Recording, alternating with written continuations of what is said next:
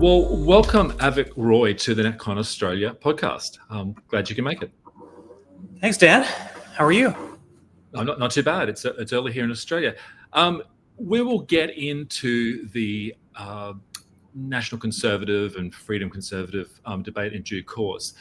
But I thought before we did that, I'd ask you a few questions regarding healthcare in the United States, because that's an area where I think you first rose to prominence on National Review Online and other areas. It strikes me from a distance that Obamacare and repealing and replacing and amending that didn't quite have the same prominence in this presidential election cycle than it did in previous ones. Is that correct, or was it just in 2016, repealing and replacing Obamacare was something that Republicans campaigned on up and down the ballot, and Trump promised in 2016 that he had a big and beautiful plan that would cover everybody, and that he believed in universal coverage and that he would take care of all his people, and that was something he wanted to do. He actually, I think, cited the Australian healthcare system as a model. He particularly cited the Scottish healthcare system, which was concerning to many Republicans because the Scottish system is a socialized one. But he talked a lot about healthcare, claimed that he would have a great plan. And then when he got elected, and Republicans also took both the House and the Senate that year, the Congress went to work on developing a plan. They developed the plan, not the White House. And it didn't work. The bill that they generated didn't pass the Senate. And not only that, but one big procedural complexity that Republicans were dealing with is that there are 100 senators, and there are certain pieces of legislation you can pass with a simple majority of 50 plus 1. And there are most legislation you need 60 votes to overcome a filibuster to pass the Senate. And Republicans didn't have 60 votes. They had, I think, 53 or something like that. And so there was a lot of Obamacare that they couldn't actually repeal and replace because they didn't have 60 votes. Democrats did have 60 votes in 2010 for a brief period of time, when they did pass the original law. So that created some complexity, and Republicans really didn't think rigorously about how to overcome that problem. Paul Ryan in particular, I think, he was focused on the House side, and the House didn't have that problem, so he didn't so much worry about what happened in the Senate. And I think that just created a lot of problems. And so Republicans didn't have their ducks in a row, and the bill went down, and they lost. They believe, and polls indicate, that they lost Congress in 2018 because the worst thing you can do in politics is to promise to do something that is politically controversial and fail to do it, because you get all the downside for having tried to do the controversial thing, but none of the upside for actually reforming the system in a positive way. So they had the worst of both worlds. They failed to enact the policy, but they got blamed for trying to enact the policy, and they lost in 2018. And ever since, Republicans have basically come to the conclusion that healthcare is too complicated, it's too politically dangerous, and so we should focus on issues where we are more comfortable, like keeping out immigrants and cutting taxes. So where are we now then? I mean, are people, did they not focus on it in the last presidential election simply because there were other much more kind of controversial things, or are people gradually getting used to Obamacare with its variations and somehow muddling through? Or is it a problem which will need to be addressed in due course? Oh, it's definitely the latter. Healthcare prices, both whether it's the underlying cost of care or the cost of health insurance, continues to rise at a faster pace than inflation, and inflation hasn't exactly been low. And it's the biggest single threat to American living standards. If you actually take into account the rising cost of healthcare in the United States, incomes for the median household have not increased really at all in the past quarter century. So if you actually look at what the median household earned in 2000 and what the median household earns today, and you factor in conventional inflation and also the increasing out-of-pocket exposure to healthcare costs, the total increase in median household income over that 24-year period is about 3.5%, meaning 0.15% a year. So basically nothing. So families are working harder than ever, and they're not earning any more money. And that's a big problem. So that's one side of the problem with healthcare. The other side of the problem with healthcare is the fiscal side. So the debt and deficit that we have in the United States is primarily driven by two factors. One, the rising cost of interest on the debt is now a big issue as interest rates have risen. And the other is the rising cost of government healthcare programs. Believe it or not, and this is a surprising fact both for Americans and non-Americans, the United States actually spends more money per capita subsidizing healthcare than any other country in the world by a wide margin, way more than Australia spends. And yet we have tens of millions of people who are either uninsured or struggling to afford their healthcare bills. Why is that? It's because the underlying cost of healthcare is so high that the cost of subsidizing healthcare is also incredibly high.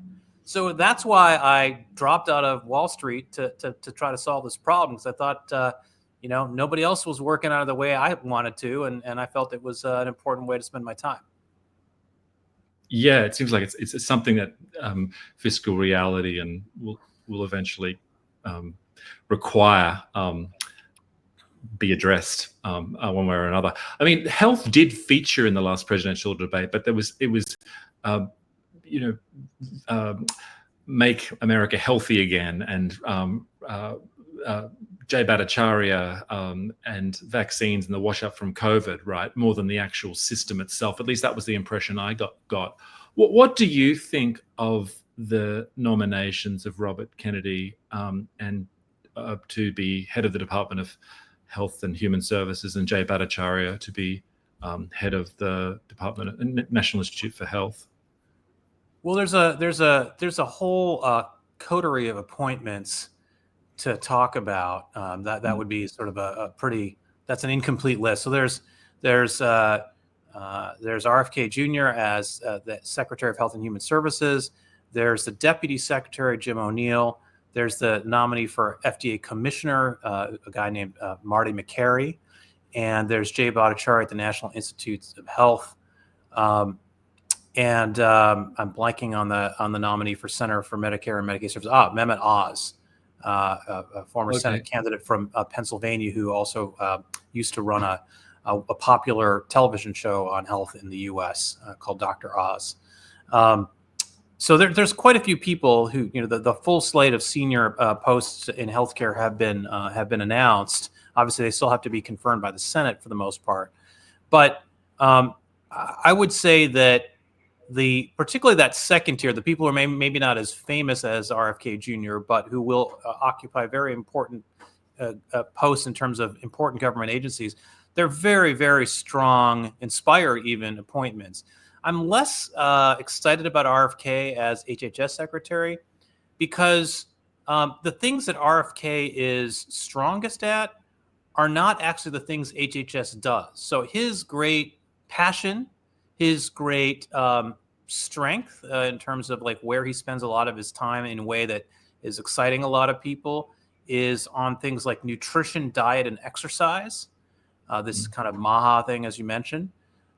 And the job that he should have to really do something about that is the U.S. Department of Agriculture, the USDA, because that's a job where he could spend a lot of time thinking about the food supply and other ways in which the food supply in America and the way we regulate and subsidize agriculture may be distorting Americans' nutrition. That would be a great job for him.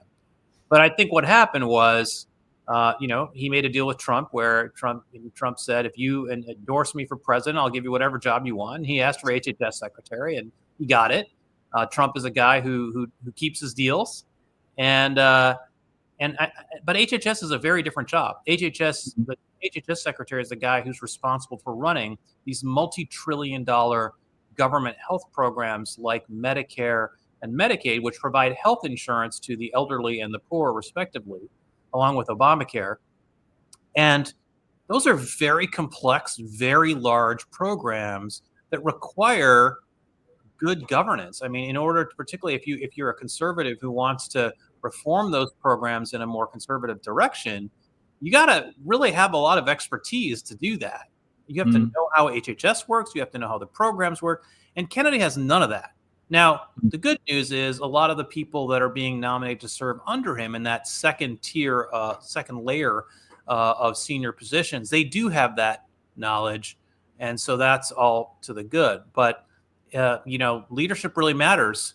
And I just think it means that over the next 4 years, if he serves the full 4 years, we're not going to see a lot of real reform of those huge programs that are, as I mentioned, the key drivers of our debt and deficit, which is, in my view, the single greatest problem that the United States faces, is the fact that over the next 20 years, we are almost certain to have a massive fiscal, monetary, and economic crisis because of the size and growth rate of our federal debt. Yeah. Well, you've touched on it a bit, but what can we Americans realistically expect then in terms of health reform over the next 4 years? Apart from, talk about and changes, I guess, to nutrition and encouraging people to live healthily and no doubt a clean up in the National Institutes for Health and other agencies. But is there going to be legislative action in Congress to change the legacy of Obamacare, or is that just something that's not really on the horizon in your view? Dramatic legislative reform in this Congress is highly unlikely because in the House, Republicans have a 1-seat majority. They had a 3-seat majority, but then Trump decided to appoint 2 members of the House to senior positions in his administration, which means he'll go from 3 to 1. And you can't really do anything remotely controversial. You can't even do uncontroversial things with a 1-vote majority in the Republican Party of today, where there are a lot of freelancing heterodox members who don't like to be, they're cats who refuse to be herded, let's say. So it's a big problem, and so you're not going to touch anything related to healthcare because everybody has an opinion about healthcare, and their opinions are not uniform. So I don't see Congress doing anything meaningful. I do think that there's opportunities on the margins for the Trump administration to do things through the executive branch. So, for example, you mentioned Jay Battachaya. I think there's some opportunities to improve the way the National Institutes of Health operate. So just for those Australians who don't know what the NIH is, it's basically the agency that funds academic scientific research in healthcare. And it's a big engine of the U.S. economy. A lot of the biotech companies that have become very large and a lot of the medical innovations that the U.S. has led the development of come out of academic research funded by the NIH. Mm-hmm. But the big controversy of the COVID years was that Anthony Fauci, who was a senior official at NIH, he didn't run NIH, but he ran the infectious disease sub-agency within NIH. The fact that he was suppressing Jay Battachaya, among others, and politicizing the agency to a degree was a source of great frustration. And so Jay being able to fix that and also maybe reform the NIH in ways that make it more pro-innovation, pro-creativity, pro-non-consensus ideas, I think that would be good for the scientific process in the U.S. So that's good, but that doesn't, that's a great thing to do. It's better than the status quo. But again, the emergency, the urgent problem that for my kids is going to define their existence is whether or not America goes bankrupt or not. And something like that is not going to make a difference on that front. Right. It's such an incredibly massive topic, healthcare, and you can get sort of bogged down in it endlessly, really. On this, is there a difference when it comes to health policy between national conservatives and freedom cons, in your view? Well, there may be in Australia, I don't know, but I would say in the U.S., the conservative movement in general has not spent a lot of time thinking about healthcare. The healthcare debate historically has largely been a debate on the left between what you might call the more socialist wing of the left and the more centrist technocratic wing of the left, which says, it doesn't have to be a purely government-run system so long as everybody has access to affordable coverage. It can be private sector driven or it can be public sector driven. We don't care. Whereas for the far left, the Bernie Sanders types of the world in our context, they actually look at it and say the role of the private sector in healthcare is a moral stain on the country, and that should be eliminated because it's immoral for there to be any association with the profit motive in healthcare. That should be eliminated, and the only way to do that is to have the government run everything. That's the view of the far left. Whereas the center left, they look at it like, no, the main thing is we want everyone to have health insurance. It's okay if private sector entities are involved in the delivery of that coverage and care. And if you look around the world, including in Australia, of course, that's how it works, right? There are countries like the UK, which have a largely, if not fully socialized system. But then there are places like Australia where there's a significant role for the private sector in both health insurance and the delivery of care. There's a public system as a safety net, and then there's a private system for people who can afford to opt out and therefore don't have to deal with the queuing and have more choices and more access, right? And there are countries like Switzerland and Germany and the Netherlands where it's basically a universal private system where everyone has health insurance, and health insurance is mandatory in most cases, but the delivery of the health insurance is done by private entities, and the hospitals and doctors are also privately employed for the most part. So there's a lot of different ways to achieve universal health insurance, and I think the debate in the U.S. is somewhat oversimplified in the sense that you have people who defend the status quo, largely the conservatives, and then you have the socialists who say, let's be socialist like every other country in the world, which is factually inaccurate because not every country in the world is socialist, as I just explained. And instead of thinking about, okay, there are actually ways to reform the U.S. healthcare system that are that actually give Americans what they generally want, which is choice and competition, but the security of a system that will be there for them if misfortune were to befall them. Now, the conservatives in general have not been part of this debate because American conservatives have looked at healthcare as a liberal or left issue. They've seen it as kind of, do I really, it doesn't give me, it doesn't scratch my itches to really provide healthcare to poor people. That's not why I got into politics. That's been the general mindset. It's been more reactionary where liberals or leftists try to do something and then conservatives get up in arms and say that thing you're trying to do is really terrible. Let's oppose that. But in terms of what to oppose it with, meaning what's your alternative, conservatives have split into several camps.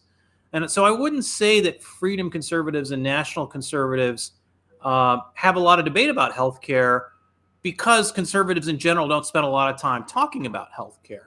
What I would say in my own personal experience is that I think there are elements of the people on the freedom conservatism side who tend to be much more hardcore about being pro-free market.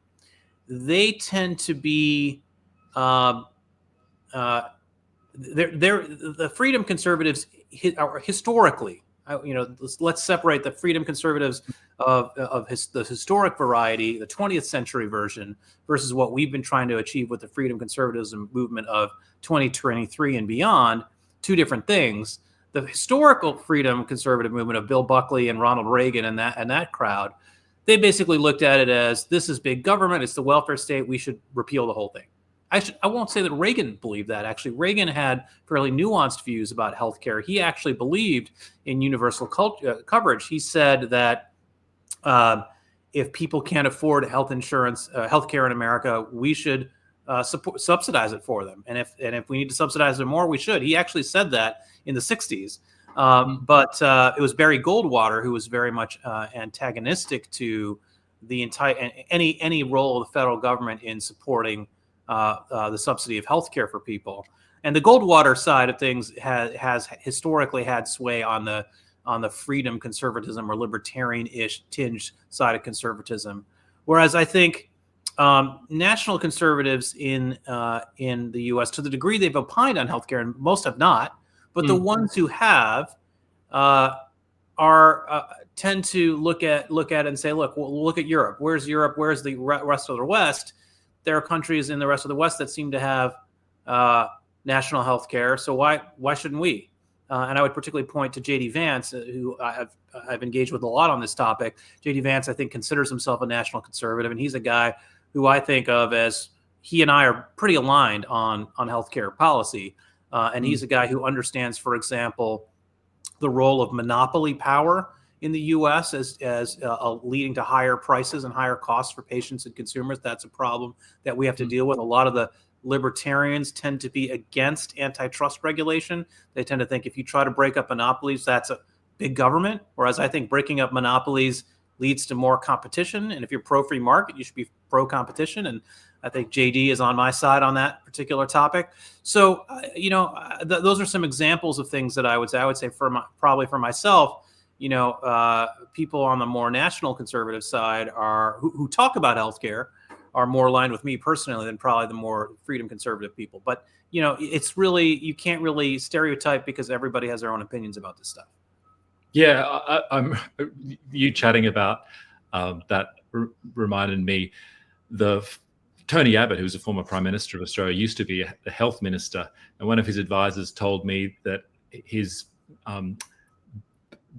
job was basically to make sure health didn't appear in the front pages of the paper. So the Conservatives whenever they talked about health, they were losing votes. But it's, I think that's sort of not ideal, right? And because it is an issue that affects everyone, and conservatives really should be engaged in the way that you are.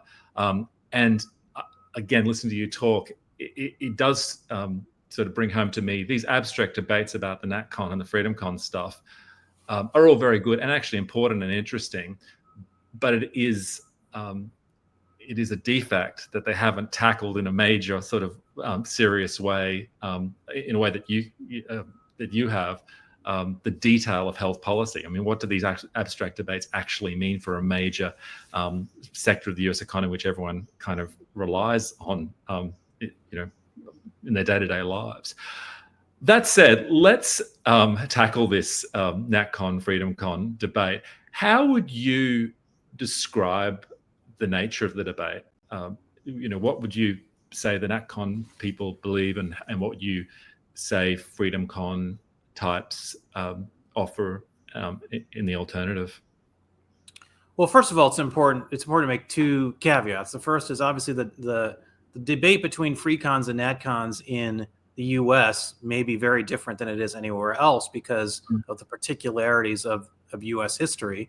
And the other thing is that even within these coalitions, there's a diversity of opinion. So I can only speak as someone who organized the freedom conservatism effort and the statement of principles. And by the way, there is an effort underway to have an international version of the freedom conservatism statement of principles, which, again, would have to be very different because the one that we've put on our website, freedomconservatism.org, is very specific to the U.S. and the U.S. history, and particularly the kind of founding tradition of the U.S. But in terms of where the general differences are, I think where probably most people would agree there are differences is in that how much you prioritize economic and individual freedom.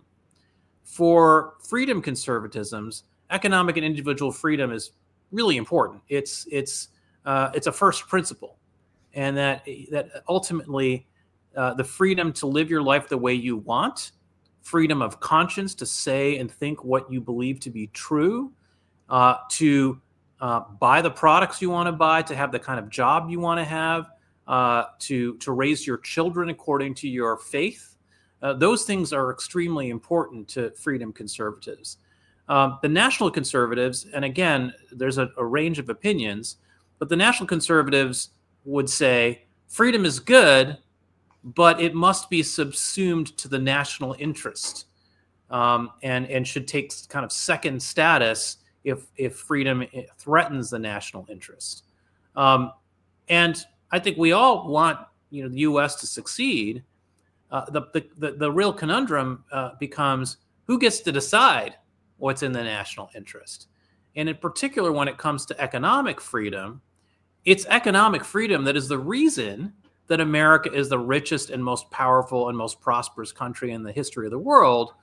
And the energy on the NatCon side in the U.S. has been to break away from that tradition and say, look, we think that economic freedom is overrated.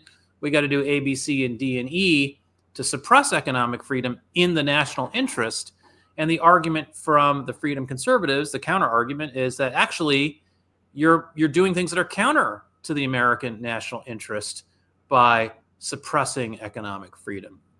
And so, as we talk about in our statement of principles, the thing that actually made America great is economic and individual freedom. And if you are skeptical of the elevation of individual and economic freedom as a first principle, then you're going to actually make America less great. And all you have to do is look at the rest of the industrialized world, which is not growing and prospering the way the U.S. is, because primarily there's less economic and individual freedom in those places. Yeah, sometimes I'm struck reading through the different online debates on this that while they give the names given NatCon and FreedomCon and the like, what people are debating, the labels people are using to debate things now, really, is there that much of a difference between the old debate between traditional philosophical conservatism and classical liberalism? Isn't that essentially what we're talking about with new labels? Wouldn't this be something that Disraeli and Gladstone recognized, this debate we're having? Yes, I think they would recognize debate. I do think there are some subtle but important differences, which is I think the core philosophical debate is pretty similar. I agree with you. But I do think there's some important differences. One is, of course, in the U.S., what is the tradition we are trying to conserve, right? The paradox of America is that America's tradition is liberalism, right? And so we're not a blood and soil country that was that is defined by an ethnicity or a race the way, say, Denmark is. And so there's a different form of conservatism that occurs in a place where there really is a relationship between countrymen that's based on kinship and genetic relationship versus one whose motto unofficially or officially is e pluribus unum, out of many one, and where pluralism is literally written into the founding documents of the country. So that's an important difference between, say, the Disraeli-Gladstone debate and the debate in the U.S. The national conservatives are, in a sense, trying to import a Western European tradition into the U.S., where it is not traditional, in fact, to have that kind of mindset. So there's a bit of paradox there. That's one element of it. And the other element of it, I'd say, is that freedom conservatism isn't merely classical liberalism. It is, at its core, classical liberalism, but there's some really important elements to what we put in the statement of principles that are, you could say, modernizations of or departures from 18th century classical liberalism. It might be more like 19th century liberalism, which is to say, for example, in 3 different places in the document, which again you can find on freedomconservatism.org, we use the phrase "we commit," and the things we commit to are not standard issue classical liberalism talking points. So one is we talk about the rise of cronyism and how cronyism has been a real problem in the U.S., the intersection of big corporations and state power in ways that have screwed the little guy. And we commit to reforming cronyism so that there's, again, real competition that serves the interests of ordinary Americans and reduces the cost of living. That's something that we commit to. So we commit to reducing the cost of living through classical liberalism, but recognizing that, I'd say the pre-2023 free cons, their basic reaction to everything was, okay, if you want to fix the problem of the high cost of healthcare or the high cost of housing, you're probably on the left. You want some government intervention, and we're against that. And the price of housing, the price of healthcare are organic results of the market, and therefore, if housing is too expensive, suck it up and work harder and make more money. And that view ignored the fact that actually the reason why housing is expensive and the reason why healthcare is expensive in America is because of government intervention. Government intervention is the reason why these things are more expensive than they ought to be, and we need to have a positive program in which we use the insights of free markets and classical liberalism to reduce the cost of healthcare and reduce the cost of housing and reduce the cost of university education.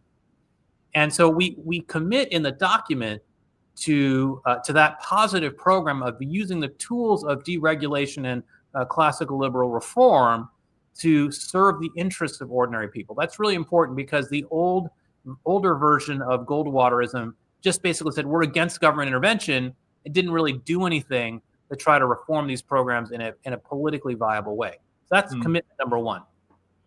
Commitment number two is to have a practical and serious and considered program for reducing the federal debt and making it more sustainable, right? Something we talked about at the outset. That's an incredibly important problem that the National Conservatives in their statement of principle don't mention at all. And I would think if there's one thing that should be core to conservatism, it's protect future generations by being responsible. Right? If there's a conservative ethos, surely it is that. And so it's frankly shocking to me that there's no mention of the federal debt in the National Conservative Statement of Principles. And that, to us, that was a pretty important thing to say, hey, we believe that if we are to conserve what America is for future generations, this is a problem we are obligated to invest political capital in solving. So that's commitment number two, which wasn't a problem in 1960 when a previous generation of conservatives got together at Bill Buckley's house in Connecticut and signed the Sharon Statement. So that's something that we felt was really important.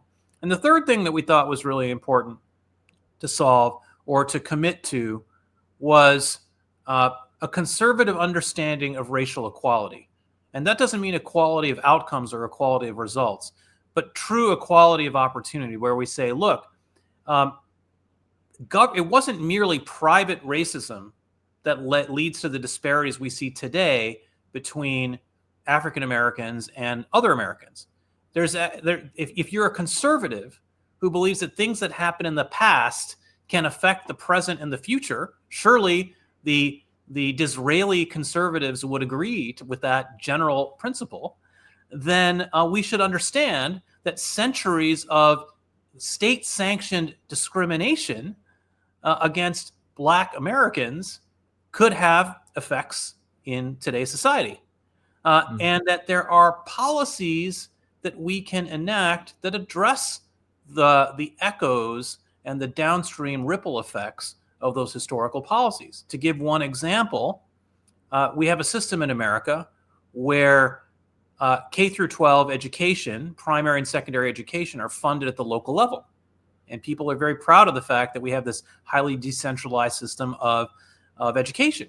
The problem with that is that when you layer that on top of a system in which there's racial segregation historically, and so you have Black people growing up in these enclosed, highly impoverished areas where their schools were underfunded relative to other people's schools, and that leads to generational disparities in economic outcomes, then perhaps a pro-conservative, pro-freedom reform is to say, let's have educational choice.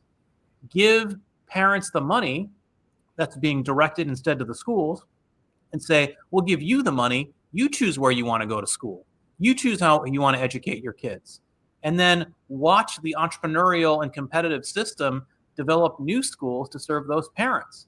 That's a conservative, pro-free market, classical liberal reform that addresses a source of racial disparity and economic inequality of opportunity between Blacks and non-Blacks in America. Right. So the one thing that the National Conservatives in their writings have criticized us for is they look at that paragraph in our statement. They say, "Gosh, that sounds really woke. You guys are woke because you are saying that in the past America has discriminated against black people, and you're against that. That's really woke. It's like, is that woke, or is that just a statement of obvious fact and something that classical liberals should commit to doing something about in a way that is racially neutral, in a way that treats every American equally, irrespective of their race or ethnicity?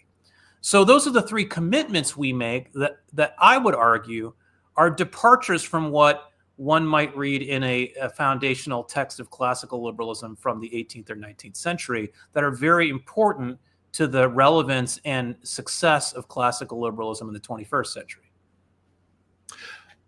There's a lot in that. I just want to focus on one of the initial points, maybe gradually tick off some of the others. You used the line, I think, early on, that in America, conservatism is conserving the liberal tradition, right? And people in Australia on the centre right use that line too. And JD Vance, in his acceptance speech at the Republican convention, famously used the line that America is not just an idea; it's a group of people with a shared history and a common future. It is, in short, a nation. Do you agree with that, or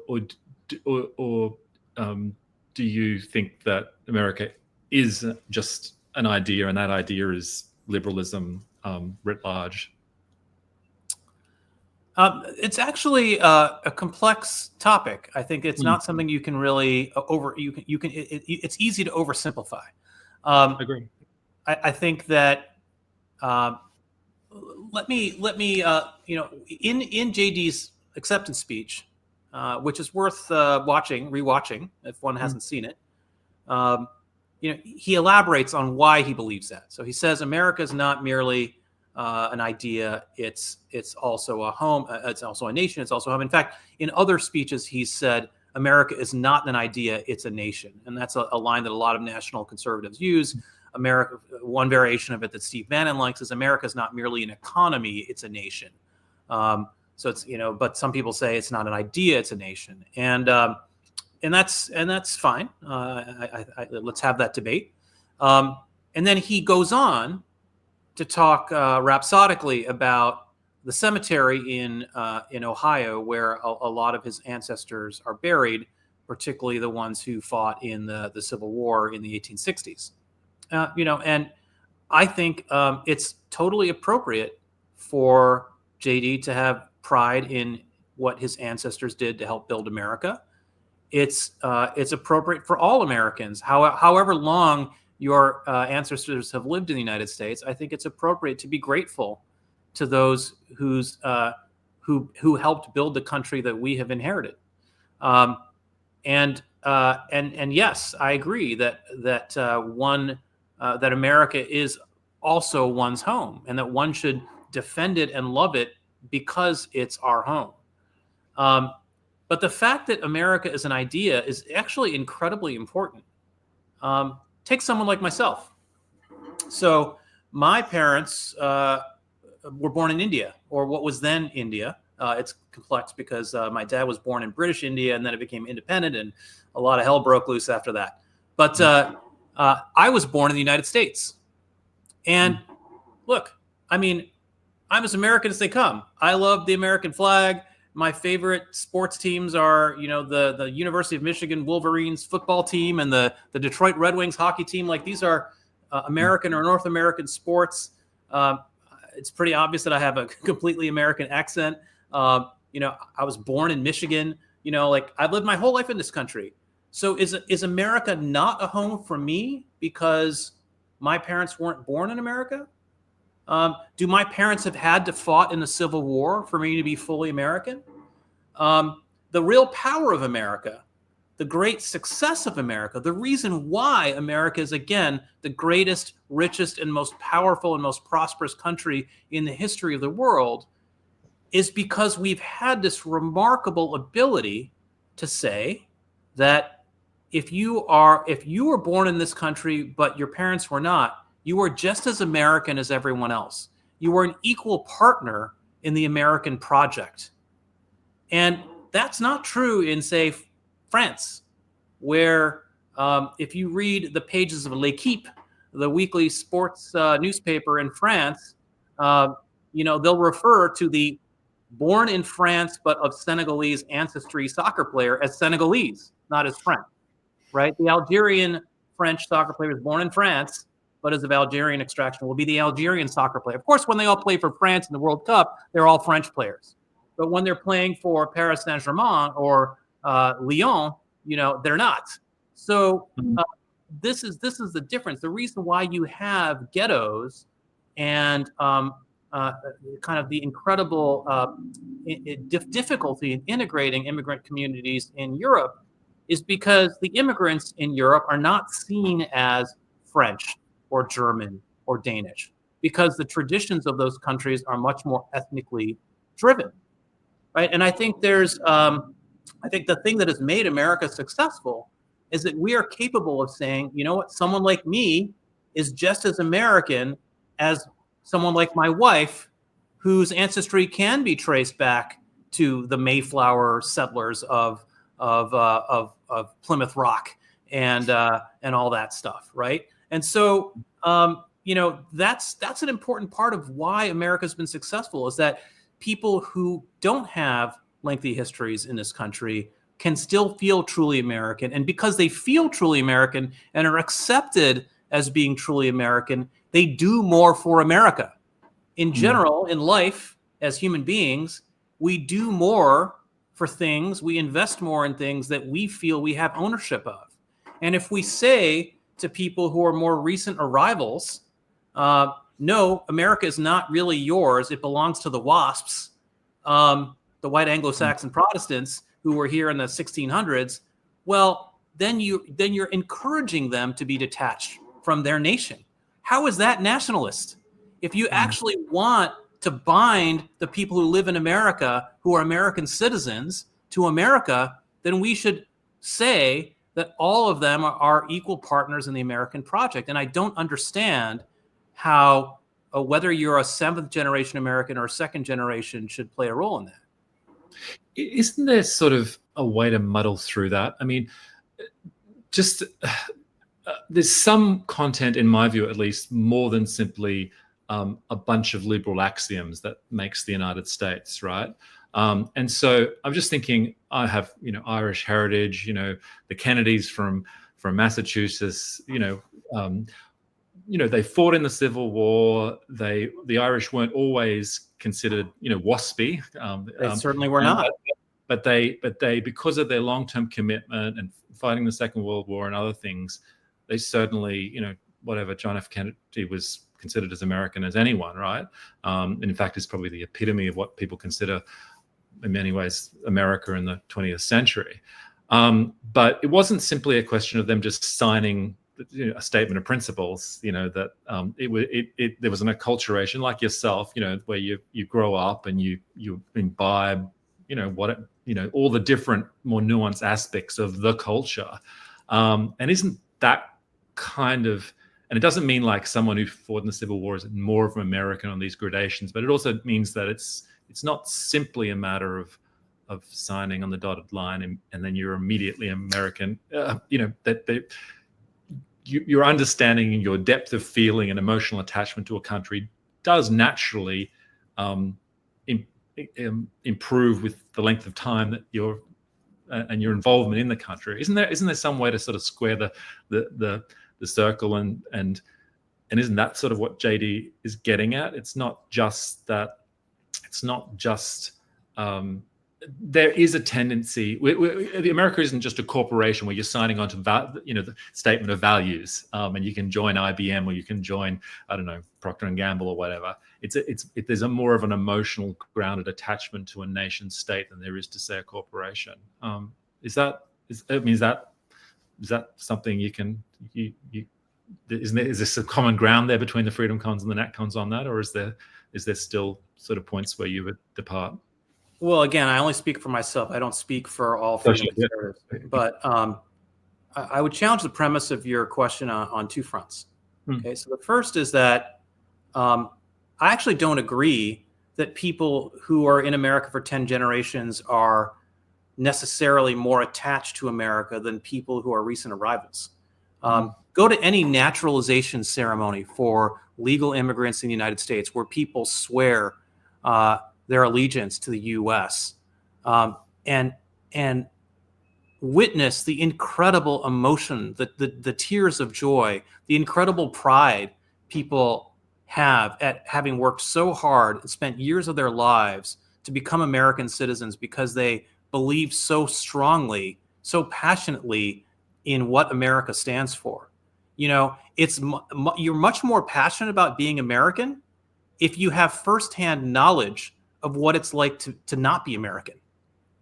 Whereas people who are 10th generation Americans, they have no idea what it's like to be American versus other countries. And I can tell you, I know plenty of WASPs who are very skeptical about America, very critical of America, very dissatisfied with America on a lot of different fronts, often from the left, because they think of America as this terrible country that has all these terrible flaws and, you know, is fundamentally racist and all this other stuff. Whereas it's the immigrants who are like, no, America's this incredible land of opportunity. Only in America could I go from being, you know, someone with nothing, it's just a suitcase that I carried on the plane, to being incredibly successful. This place is amazing. I could never have done this in the place where I used to live. So it's actually the immigrants who are more passionate about what America is and what America stands for and what Americans' values really are.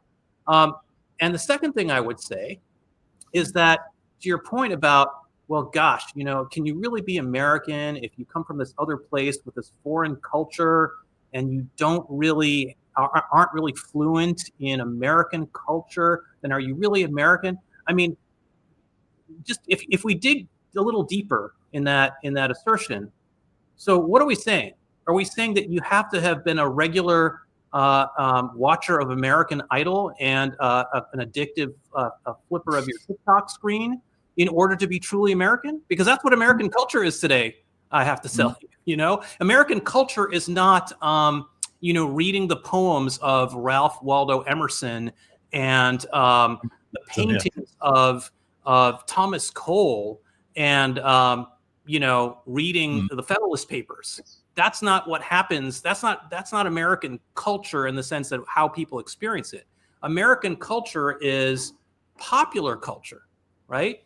And in fact, immigrants and immigrant communities are more culturally conservative than mainstream American culture is.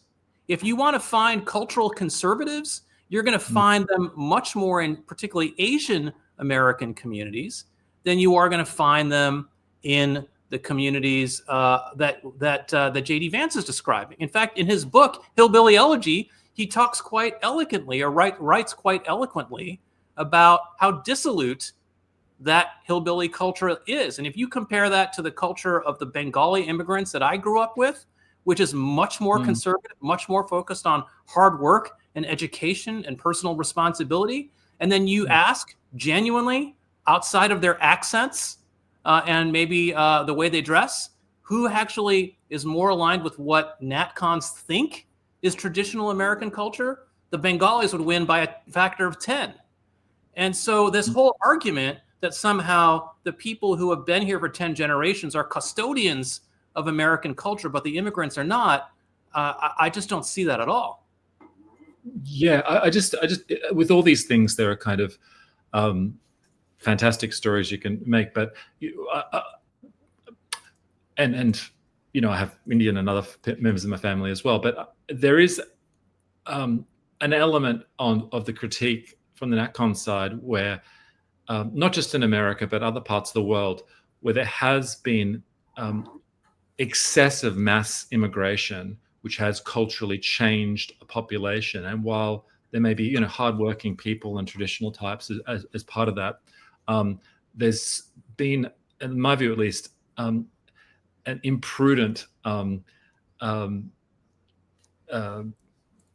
openness to immigration, where there should have been a much more of a realization that you can achieve fantastic results with immigration, but it has to be a much more measured and sensible approach, because otherwise, well, in many cases that you've seen in the UK, and no doubt there is areas in the United States too, where immigration has changed areas, and the people who are moving into those areas now aren't, and I'm thinking of the UK, move to areas where then it's no longer English. It's more like it's a subcultural area of the UK which they don't need to move in and out of. They're speaking not English in many cases. They're not really being exposed to the sort of mores, which is what previous generations of immigrants to the UK and elsewhere were exposed to and signed up for and benefited from. Is it not possible to express criticism about mass immigration while accepting that you do get benefits from it in other means? Is that not what's driving some of the NatCon sort of critique, you think? I do think it's driving the NatCon. I'd say mass immigration is driving the NatCon critique. I think that the critique has some flaws and some valid points as well, but it has some flaws. And a lot of it depends on, the country by country context, right? So the Rotherham scandal in the UK, where Pakistani immigrants were raping preteen girls, and the police didn't want to do anything about it because they were afraid of being called racist. That is completely appalling. And I'm actually a little surprised that that's suddenly become a story, because, I was covering that at Forbes as the policy editor at Forbes 10 years ago. I had Roger Scruton writing articles for me about it. That's completely ridiculous, right? Now, that's very different from the US, where we have a lot of illegal immigration, which is a problem just from a rule of law perspective. But illegal immigration, as problematic as it is not changing American culture. Okay, the Mexican or the Guatemalan who moves to Texas illegally from Central America is not fundamentally changing America. Like, America is a big country with 330 million people. Even if we incorporate a lot of illegal immigrants, we can absorb, because we're so large, we can absorb a large population of immigrants and not change the culture. That doesn't mean that illegal immigration is good. I'm just saying that just from a factual standpoint, I would challenge national conservatives to point to a specific major consequential cultural change that is the result of illegal immigration versus elite, highly educated white people moving the country in a culturally left direction at elite institutions like Harvard and Yale and Hollywood and the New York Times, right? The Guatemalan immigrants aren't the reason why the New York Times is a left-wing organization, right? That's white people who did that. So, this is the two things that we're connecting here. It's kind of this presumption that doesn't make a lot of sense, right? So illegal immigration can be bad, and yet we can also challenge the assertion that illegal immigration has somehow fundamentally transformed American culture, which it has not. American culture has its own problems, but they're not driven by illegal immigration. They're driven by white leftists. But doesn't the quantum matter even of legal immigration? I mean, if surely 300,000 people a year versus 30,000 people a year makes or 1 million people a year, or whatever, just choose at some point. The quantity can matter, and also the mix can matter, right? So if the range of countries from which immigrants are emigrating from is more diverse, or at the very least less culturally concentrated or geographically concentrated, that can make a big difference, right? So imagine, one of the things actually that Australia, I would argue, does really well relative to the U.S. is Australia's immigration system, like Canada's, is a system in which there's a real emphasis on the skills and merit that people bring into the system.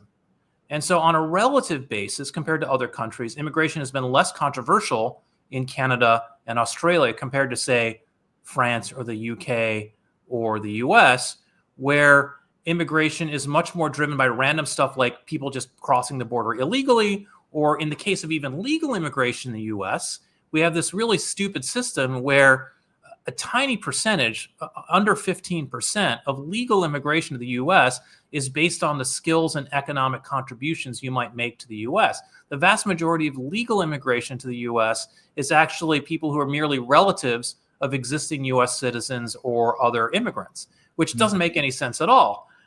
And that's one thing that the Australian and Canadian systems with the point system that you guys have, I think is something we could learn from. And I'm not the first person to say that. People have been talking about that. Even Trump proposed in 2019 a reform that was along the lines of the Australian system. So yes, first of all, we should have border security. We should crack down on illegal immigration. And we should reform the legal immigration system to be more economically oriented. And if we did those two things, we would move a lot in the direction of having a rational immigration system that most Americans support. I had a long chat with Mark Krikorian, who I'm sure you know from the Center for Immigration Studies in Washington, and I was it's just amazing to me how out of control illegal immigration is in the United States in a way that just boggles the mind for an Australian. We have cracked down on that. We don't have that same problem.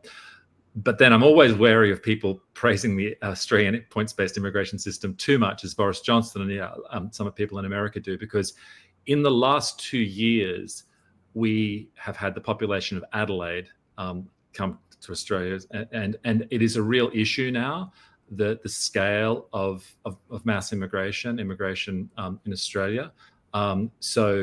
We don't have any of the same type of animosities that have existed in other parts of Europe yet. But, with all these things, you have to be prudent so that you can sustain the kind of easygoing and assimilative type of culture that we've been able to produce in Australia. Because there are limits to that. It's an attractive culture as it is in the United States, but you don't want to try and push it to breaking point. And also in Australia, look, we have in our major cities, which is probably not well appreciated.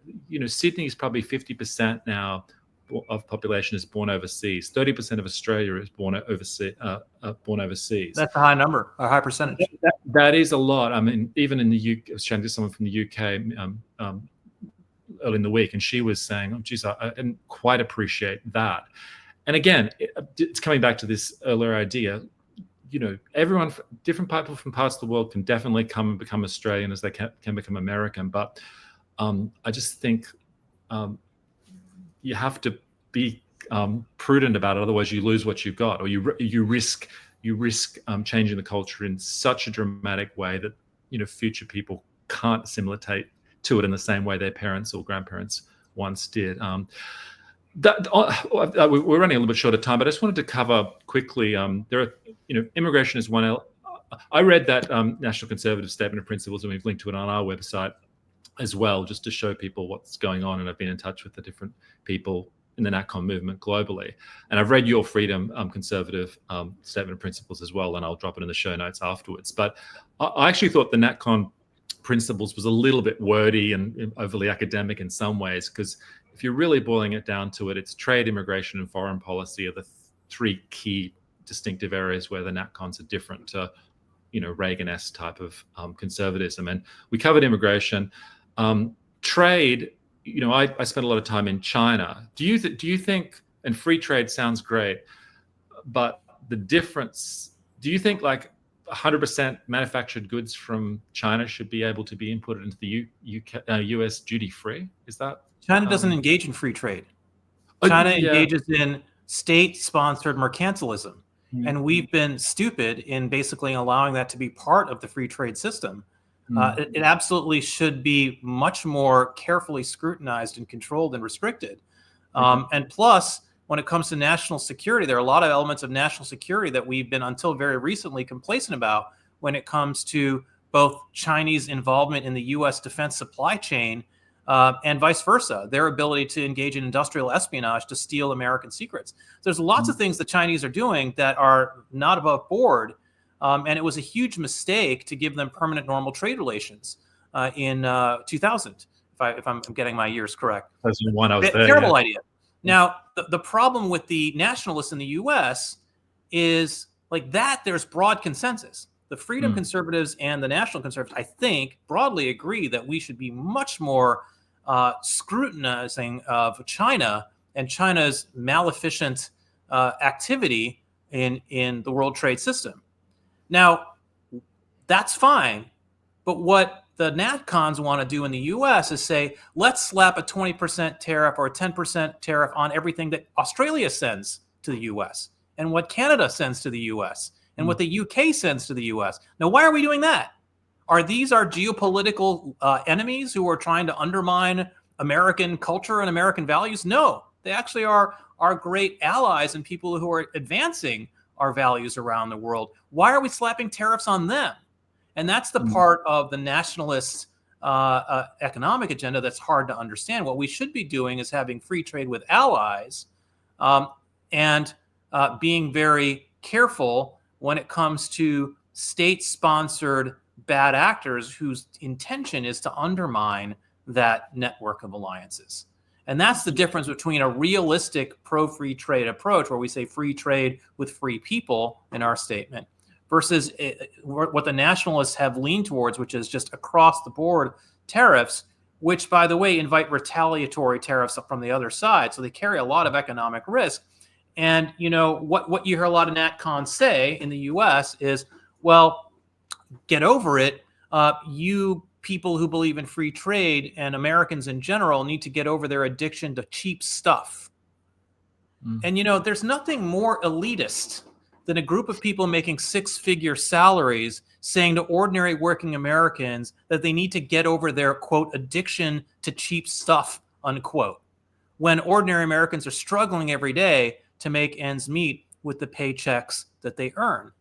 And so I find it quite ironic that national conservatives claim to be populists when their core economic agenda will result in making most goods and services in America much more expensive than they already are.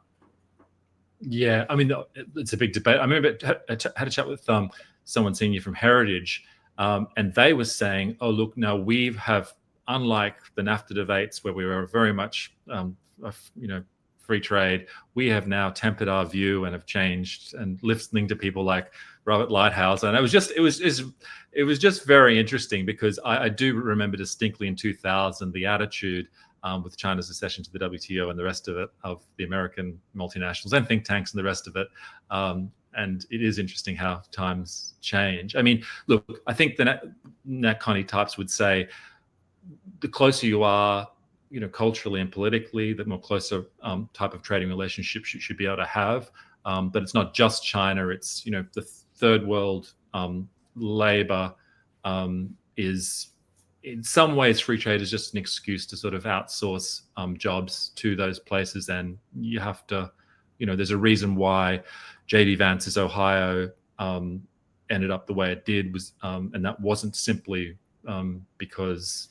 Yeah, that's the argument. But you know what? One thing that's interesting, if you delve into actual data and not anecdotes, is that in America, we have a massive labor shortage in manufacturing. You talk to anyone who actually runs a plant, and what they'll tell you is finding workers who will show up every day and not fail a drug test is extremely hard. And the NatCon response is, well, just pay them more. And the plant managers say, we are paying them more. Wages have gone up a lot, and we still can't find people because we massively subsidize people to not work in America. And that's a big problem. And that's not something the NatCons are really talking about. They're claiming that the real solution to all this is more tariffs. And I'm afraid it's not. I'm afraid that what you're going to see is 10% across the board tariffs will dramatically increase the cost of living for Americans. It will not disproportionately harm China. In fact, if anything, it might reward China, because you're harming our allies who might otherwise provide competitive products to the Chinese market.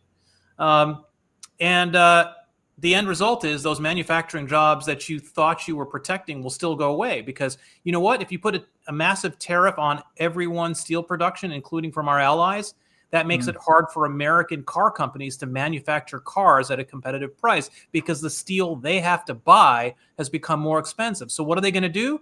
They're going to move their automaking plants to other countries where they can buy steel at a cheaper price. So you're actually driving the manufacturing jobs out of the United States because you're putting a tariff on a critical commodity. So this is the kind of economic illiteracy of the protectionists that, again, we should all look very carefully at the bad practices of a China, but we should be very careful before we massively distort the system that has done so much to provide a lot of manufacturing jobs to the United States. And yes, we should ensure that more manufacturing jobs are possible in the U.S. One way to do that is to reform and roll back workplace and environmental regulations that don't actually protect workers or the environment, but simply make it more expensive and less competitive to manufacture goods in the United States. I would love for NatCons to spend a lot of time on that. Unfortunately, they don't. Yeah, and the other one is foreign policy. I don't think in the freedom conservative statement of principles there was as much focus on that, right? I mean, because we have a statement that's I believe it's the 10th of the 10 principles. We talk about how American foreign policy should serve the just interests of the United States first and foremost, and that American leadership of the world serves American interests. But we leave some room for the robust debate that there always is in intra-conservative circles between people who have an absolutist, isolationist point of view or non-interventionist point of view, depending on what term you prefer, or a more Reagan-esque, prudential, leader of the free world type approach to American foreign policy. Yeah, I mean, you could read that statement as being, we need to support Ukraine to the hilt and continue to do it, or you could read it as we need to be much more focused on U.S. interests, or at least, like you said, it gives scope for a much more of a debate to that. It's not prescriptive. It's in the West, some of the other sort of statements. I think the key thing that we were trying to where we were trying to lay down a marker in our statement of principles was that American leadership really does matter. The idea that we can just be another country and just look inward and not care about how our allies are doing, that we should actually ignore our alliances, and it really doesn't matter if there's war elsewhere.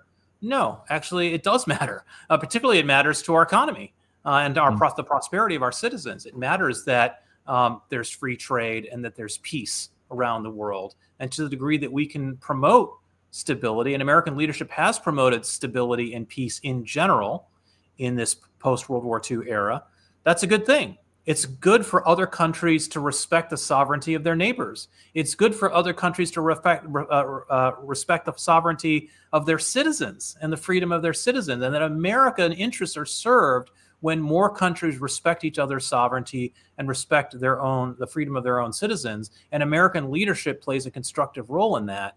And I think what's unfortunate about the NatCons is there's been a kind of an overlearning of the lessons of Iraq. It's sort of like, well, we screwed up in Iraq, therefore America should never care about anything that happens anywhere else in the world ever. And that's kind of an overcorrection, right? Reagan didn't invade the Soviet Union. He did defeat the Soviet Union. He cared about defeating the Soviet Union. He cared about liberating Eastern Europe, but he did not invade the Soviet Union, right? So it is possible to have a constructive foreign policy that does not involve invading other countries. And I think the NatCons, and this is a generational thing, I think a lot of people who are millennials and younger who weren't around for the fall of the Berlin Wall and didn't directly experience that era of constructive American leadership are too cynical of the constructive role America can play in the world. Final question, because I know I've kept you a while. Is there anything that you've changed your mind on about the national conservative movement, or anything you've taken from it which you've thought, look, they have got a point there. This is something that hasn't been given enough consideration in the past, and something that is worth thinking through again? Look, I misspent my 20s, my parents would say, chairing the Conservative Party of the Yale Political Union and debating the first principles of conservative thought going back to the ancient Greeks all the way to the modern day. So I'm very aware of the paradoxes in classical liberalism, the arguments from capital C conservatives against classical liberalism. And so there's nothing new under the sun, as you pointed out aptly earlier. And so there's nothing really surprising to me about these debates. I think those who are new to them on the NatCons side ought to have the humility to recognize that these debates have been going on for a long time. And vice versa for the classical liberals. They should also have the humility to recognize that these debates have been going on for a long time. So no, I wouldn't say there's anything particularly surprising about these debates. I would say that empirically, the strength of the argument is on the classical liberal side, because it is classical liberalism that has produced the wealthiest and most powerful and most peaceful countries in the history of the world. And nationalism has not. Nationalism has, at its extremes, produced violence and death and pestilence and destruction at its extremes. And of course, all good nationalists will say, well, we're not those kinds of nationalists. We're the good nationalists. And I get that. And there is a constructive and positive form of nationalism. But the most constructive and positive form of nationalism is one that incorporates as much as possible classical liberal principles. Good. Well, at the very least, in defense of nationalism, I don't hope that Trump sets his eye on Australia in the same way he seems to be setting his eye on Canada, because we like to chart our own course and maintain. Too far away, we can't buy you. Well, who knows how the future will play out, mate. Hey, I really appreciate chatting, Avik, and making time for us. And I'll encourage people to follow your work and drop all in the show notes, because I think it is a very constructive, and you're someone who has, as you say, been in the trenches of these intellectual debates for a long period of time. I'll leave you to it. I've got to fly, but go well. Well, thanks for waking up really early to do this with me. And I have not been to Australia. I hope to visit sometime and meet you in person. Great stuff. No, I always think it's actually very informative for Americans to come, because they often have very sometimes utopian notions about what it's like, or they think it is Texas with a different accent, and it's not quite that, but it has very, very many positives. Tucker Carlson was out here recently, and he had some interesting things to say. I'll leave you to it. Thanks again, Avik. Bye. Thank you. Appreciate it.